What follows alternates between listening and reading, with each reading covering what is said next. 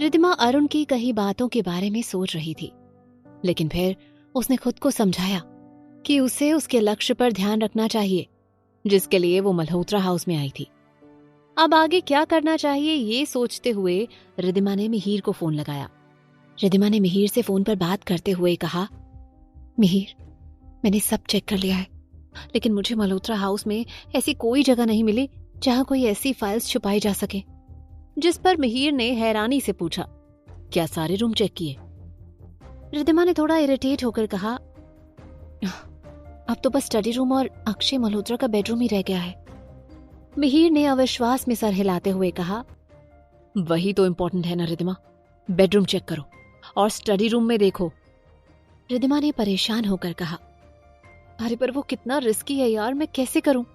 उसके लिए कुछ सोचना पड़ेगा और कुछ प्लान करना पड़ेगा, वरना पकड़ी भी जा सकती हूँ। जिस पर मिहिर ने मजाक करते हुए कहा, अपने अंदर की जासूस रिद्धिमा को जगाओ और कुछ करो। ये सुनकर रिद्धिमा को हंसी आ गई। तभी निशांत रिद्धिमा के कमरे में आ गया और उसे मिहिर से बात करनी थी, तो रिद्धिमा ने निशांत को फोन दे दिया। निशांत ने थोड़ी देर मिहिर से बात की और मिहिर से बात करने के बाद निशांत ने अपनी मीठी आवाज में पूछा, मम्मा, मैं डैडी को फोन करूं? मुझे उनसे बात करनी है। ये सुनकर रिद्धिमा को अपने बेटे के लिए बहुत बुरा लगा। फिर उसने खुद को संभाला और बहाना बनाते हुए कहा, बाद में कर लेना, अभी बहुत रात हो गई है। रिद्धिमा फिर निशांत को सुलाने लगी और सोचने लगी कि शायद अब सच में उसे जासूस रिद्धिमा बनकर काम करना पड़ेगा। अगले दिन जब रिद्धिमा के पापा सुहास अपने डेली रूटीन में बिजी थे, तभी उन्हें अरुण अरोड़ा का फोन आया। अरुण सुहास से मिलना चाह रहा था, लेकिन सुहास को अरुण से मिलने की बिल्कुल भी इच्छा नहीं थी। पर फिर भी अरुण उससे क्यों मिलना चाह रहा था, ये जानने के लिए सुहास अरुण से मिलने चला गया। थोड़ी देर बाद सुहास और अरुण दोनों ही अरुण की कार में बैठे हुए थे। अरुण ने सुहास को मनाते हुए कहा, देखो सुहास, मैं तुमसे बस इतना कह रहा हूं कि तुम बस एक बार रिद्धिमा को समझाने की कोशिश करो। ऋषित ऐसा कर ही नहीं सकता, क्योंकि ऋषित निशांत और रिद्धिमा से बहुत ज्यादा प्यार करता है।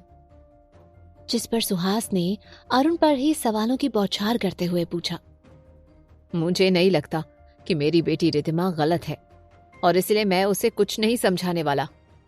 और फिर अगर ऋषित ने कुछ नहीं किया तो फिर किसने मेरी बच्ची को मारने की कोशिश की? जिस पर अरुण ने सुहास को आश्वासन देते हुए कहा, वो मैं जल्दी ही पता लगा लूंगा कि इन सब के पीछे कौन है। सुहास ने उभास में मुस्कुराकर अरुण पर पैनी निगाह डाली और पूछा, कहीं ऐसा तो नहीं कि इन सब के पीछे आप ही हैं अरुण जी? कहीं आपने ही तो मेरी बेटी को मारने की कोशिश नहीं की, इस डर से कि वो आपके बेटे का राज न खोल दे? अरुण पहले शॉक्ड हो गया कि सुहास ने अरुण पर शक किया, लेकिन अरुण ने खुद को संभाला और दुख से लंबी सांस लेते हुए कहा, रिद्धिमा को दिल से अपनी बेटी माना है और मैंने उसे कभी हर्ट करने की नहीं सोची सुहास। इस पर सुहास ने कुछ नहीं कहा। सुहास को अब न अरुण पर यकीन था और न ही ऋषित पर। सुहास को ये चुप्पी साधे देख अरुण को ये एहसास हुआ कि सुहास उसकी कोई मदद नहीं करेगा। इसलिए अरुण ने फिर निश्चय के साथ कहा, मैं तुम्हें यकीन के साथ कहता हूं कि ऋषित का इन सब में कोई हाथ नहीं है और जिसका हाथ है उससे मैं नहीं छोड़ूंगा। सुहास कुछ कहे बगैर कार से उतर गया और अगले ही पल अरुण की कार वहां से निकल गई। सुहास ने सोचा कि उसे अपनी अरुण के साथ इस मुलाकात के बारे में रिद्धिमा को बताना चाहिए। सुहास घर लौट आया और उसने फौरन रिद्धिमा को फोन करके सब बताया। रिद्धिमा ने भी अपने पापा को बताया कि उसे भी अरुण का कॉल आया था और अरुण ऋषित की साइड लेकर यही सब कह रहा था। रिद्धिमा ने कंफ्यूजन से पूछा, मुझे समझ नहीं आ रहा कि अरुण अंकल ये सब क्यों कर रहे हैं। पापा, क्या आपको लगता है कि अरुण अंकल को पता है कि किसने मुझे मारने की कोशिश की? सुहास अपनी आशंका जताते हुए बोला, पता नहीं बेटा, पर सब देखो तो ऋषित ही गुनहगार लग रहा है। मुझे लगता है कि अरुण जी सब कुछ निशांत के लिए कर रहे हैं, क्योंकि निशांत अरोड़ा खानदान का वारिस है और इसीलिए वो चाहते हैं कि तुम और निशांत कुछ भी करके अरोड़ा मेंशन में रहो। रिद्धिमा ने सोचते हुए धीरे से कहा, हाँ, ऐसा हो सकता है। तभी सुहास ने होप्स के साथ पूछा, तुम्हें कुछ पता चला? सुहास जानता था कि मल्होत्रा हाउस में भी रिद्धिमा को खतरा था, और अगर किसी को पता चल गया कि वो वहां क्यों थी तो रिद्धिमा मुसीबत में फंस जाएगी। इसलिए सुहास चाहता था कि बस रिद्धिमा सबूत ढूंढकर अपने घर वापस आ जाए। रिद्धिमा ने अपनी उलझन अपने पापा से शेयर करते हुए कहा, नहीं ना, मुझे कुछ भी पता नहीं चल रहा कि मैं क्या करूं, कुछ समझ नहीं आ रहा। सुहास कुछ सोचते हुए सुझाव देते हुए बोला, किसी तरह अक्षय मल्होत्रा का विश्वास जीतने की कोशिश करो बेटा। माना कि वो सीधे सीधे तुम्हें सच नहीं बताएगा, पर हो सकता है कि कुछ छोटा सा ही कोई क्लू मिल जाए। रिद्धिमा ने अपने पापा की कही बात पर सोचते हुए कहा, जी पापा, शायद यही सही होगा। थोड़ी देर अपने पापा से बात करने के बाद रिद्धिमा ने फोन कट किया और उसने सोचा कि उसके पापा का कहना सही ही था।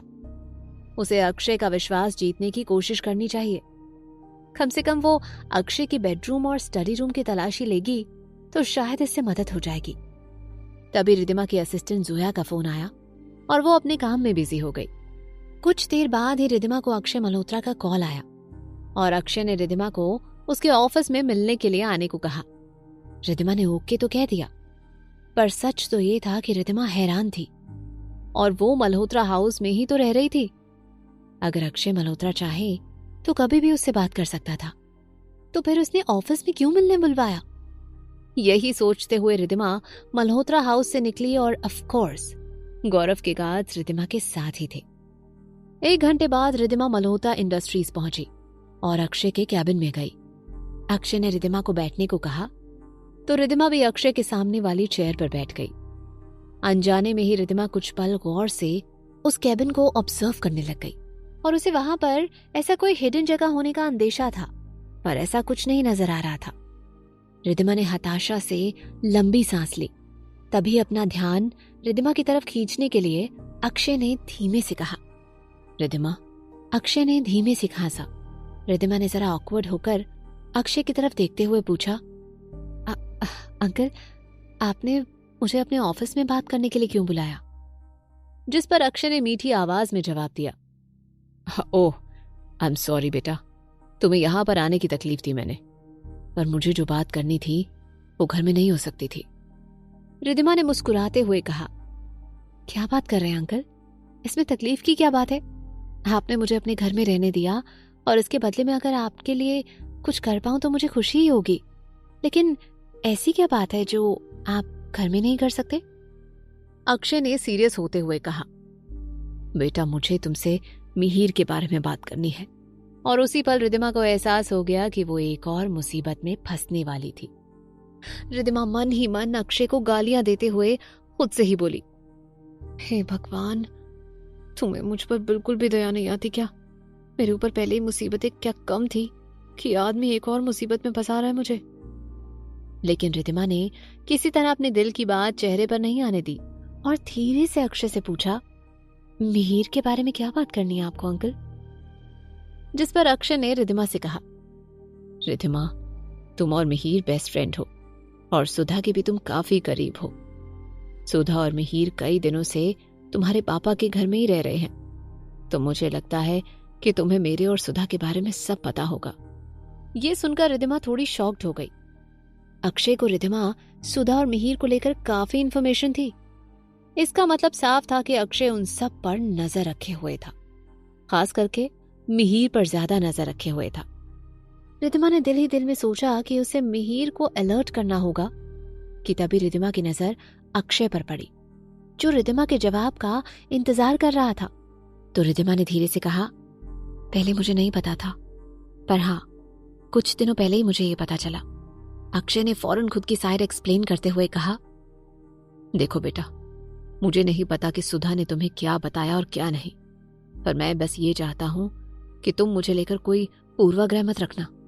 रिद्धिमा ने भी अक्षय के सामने ड्रामा करते हुए कहा, नहीं अंकल, मुझे आपको लेकर कोई पूर्वाग्रह नहीं है। वो सब सुधा माँ और आपका पर्सनल मैटर था, और मेरा मानना यह है कि कॉइन के 2 साइड्स होते हैं, तो आपका भी कोई साइड होगा। लेकिन जो भी है, आप दोनों का यह पर्सनल मैटर है। अक्षय ने कुछ ज्यादा ही मीठी आवाज में कहा, तुम सच में बहुत ही समझदार हो रिद्धिमा। वैसे मैं चाहता हूं कि तुम मेरी मदद करो रिद्धिमा। रिद्धिमा हैरान रह गई कि अक्षय क्यों उसकी मदद मांग रहा था। हैरानी से उसने पूछा, पर मैं आपकी क्या मदद कर सकती हूँ अंकल? अक्षय ने इमोशनल होकर कहा, देखो बेटा, तुम मिहिर की बेस्ट फ्रेंड हो, इसलिए मैं बस चाहता हूं कि तुम मिहिर से बात करो कि वो मुझे भी समझने की कोशिश करे। मैं उसका वो बाप हूं जो सालों से उसके लिए तरस रहा है, और मैं उससे बात करना चाहता हूं, मिलना चाहता हूं, उसके बिजनेस में उसकी मदद करना चाहता हूं। तो प्लीज रिद्धिमा, सिर्फ तुम ही हो जो उसे इस बात के लिए मना सकती हो। अक्षय की बात इमोशनल कर देने वाली थी। कोई और होता तो पिघल ही जाता, लेकिन रिद्धिमा सच जानती थी और उसने गुस्से से अपनी मुट्ठी कस ली। उसे गुस्सा आ रहा था कि अक्षय कितना घटिया इंसान था। पहले तो उसने सुदामा के साथ इतना बड़ा धोखा किया और इतने सालों बाद उसे मिहिर चाहिए था। पर रिद्धिमा को अपने पापा की कही बात याद आई। उसे अक्षय मल्होत्रा का विश्वास जीतना चाहिए। फिर खुद को काबू करते हुए रिद्धिमा ने मीठी आवाज में कहा, मैं मिहिर से बात करने की कोशिश करूंगी अंकल, आप फिक्र मत कीजिए। अक्षय ने खुशी भरी आवाज में कहा, थैंक यू सो मच बेटा। उसके बाद जब रिद्धिमा मल्होत्रा इंडस्ट्री से निकली तो उसने दिल ही दिल में कहा, अक्षय मल्होत्रा, तुम्हें क्या लगता है कि मैं सच में तुम्हारी पैरवी करूंगी मिहिर के सामने? अभी मुझे बस शक है कि मेरी माँ के कत्ल के पीछे तुम्हारा हाथ था, लेकिन जिस दिन मुझे यकीन हो जाएगा ना कि तुमने सच में मेरी माँ को मारा है, उस दिन मैं तुम्हें सजा दिलाने में लग जाऊंगी, क्योंकि मैं तो तुम्हें तबाह करने आई हूं अक्षय मल्होत्रा। रात को जब मल्होत्रा हाउस में सभी साथ में डिनर कर रहे थे तो गौरव ने रिद्धिमा से पूछा, रिद्धिमा, आज तुम पापा के ऑफिस में क्यों गई थी? रिद्धिमा और अक्षय ये सुनकर हैरान रह गए। दीपा भी शक भरी नजरों से अक्षय को देखने लगी। रिद्धिमा ने बहाना बनाते हुए कहा, मैं ही अक्षय अंकल से मिलने चली गई थी। अब मैं यहाँ रहने आई हूं तो मुझे डर था कि कहीं ऋषित गुस्से में अंकल के बिजनेस को नुकसान न पहुंचाए, इसलिए मैं अंकल को सावधान रहने के लिए बोलने गई थी। गौरव की मां दीपा ने फौरन शक जाहिर करते हुए रिद्धिमा से पूछा, पर यह बात तो तुम घर में भी कह सकती थी ना रिद्धिमा बेटा? लेकिन रिद्धिमा भी कम नहीं थी। वो फौरन बहाना सोचकर बोली, आंटी वो क्या है ना कि अरुण अंकल का मुझे फोन आया था। वो मुझे अरोड़ा मेंशन वापस लौटने को कह रहे थे और इसलिए मैं स्ट्रेस में आ गई थी, ये सोचकर कि मेरी मदद करने की वजह से अरुण अंकल या ऋषित अक्षय अंकल के लिए कहीं कोई प्रॉब्लम न खड़ी कर दे। अक्षय ने चैन की सांस ली, ये सोचकर कि रिद्धिमा ने अच्छे से बात को संभाल लिया, क्योंकि अक्षय नहीं चाहता था कि अक्षय मिहिर से मिलना चाह रहा था ये बात दीपा या गौरव को पता चले। इस मामले में दीपा और गौरव इनसिक्योर थे। फिर रिद्धिमा ने चिंता से बात को आगे बढ़ाते हुए कहा, मैं तो तुम्हें भी यही कहना चाहती थी गौरव, तुम्हें भी सावधान रहना चाहिए। ऋषित ऑलरेडी अपनी टेक्सटाइल्स कंपनी शुरू कर रहा है और वो तुम्हारी कंपनी को नुकसान पहुंचा सकता है। गौरव ने धीरे से मुस्कुराकर पूरे कॉन्फिडेंस के साथ कहा, तुम उसकी फिक्र मत करो रिद्धिमा, वो मेरा कुछ नहीं बिगाड़ सकता। तभी रिद्धिमा ने अचानक से पूछा, वैसे गौरव, तुम्हें कैसे पता कि मैं अंकल के ऑफिस गई थी? गौरव ने बहाना बनाते हुए कहा, वो पापा के असिस्टेंट से पता चला। रिद्धिमा को गौरव पर कुछ शक नहीं हुआ और उसने बस ओके में सर हिलाया और खाने पर कंसंट्रेट करने लगी। पर सच तो ये था कि गौरव के गार्ड्स और आदमी रिद्धिमा पर नजर रखे हुए थे और इसलिए गौरव को पता चला था, पर अक्षय को अपने बेटे पर शक हो गया था। डिनर के बाद अक्षय ने रिद्धिमा को साइड में बुलाकर उसका शुक्रिया अदा करते हुए कहा, थैंक यू बेटा, तुमने मामला अच्छे से संभाल लिया। एक्चुअली दीपा थोड़ी इनसिक्योर हो जाती है, इसीलिए मैं उसके सामने मिहिर और सुधा के बारे में बात नहीं कर सकता था। रिद्धिमा ने मीठी आवाज में कहा, कोई बात नहीं अंकल, मैं समझ सकती हूँ, आप इतनी सी बात के लिए थैंक यू मत कहिए। फिर रिद्धिमा अपने कमरे में चली गई और अक्षय ने दिल ही दिल में सोचा कि सच में रिद्धिमा बहुत समझदार और प्यारी थी और शायद इसीलिए उसका बेटा गौरव रिद्धिमा के पीछे इतना पागल हो रहा था। क्या रिद्धिमा अपने मकसद में कामयाब हो पाएगी?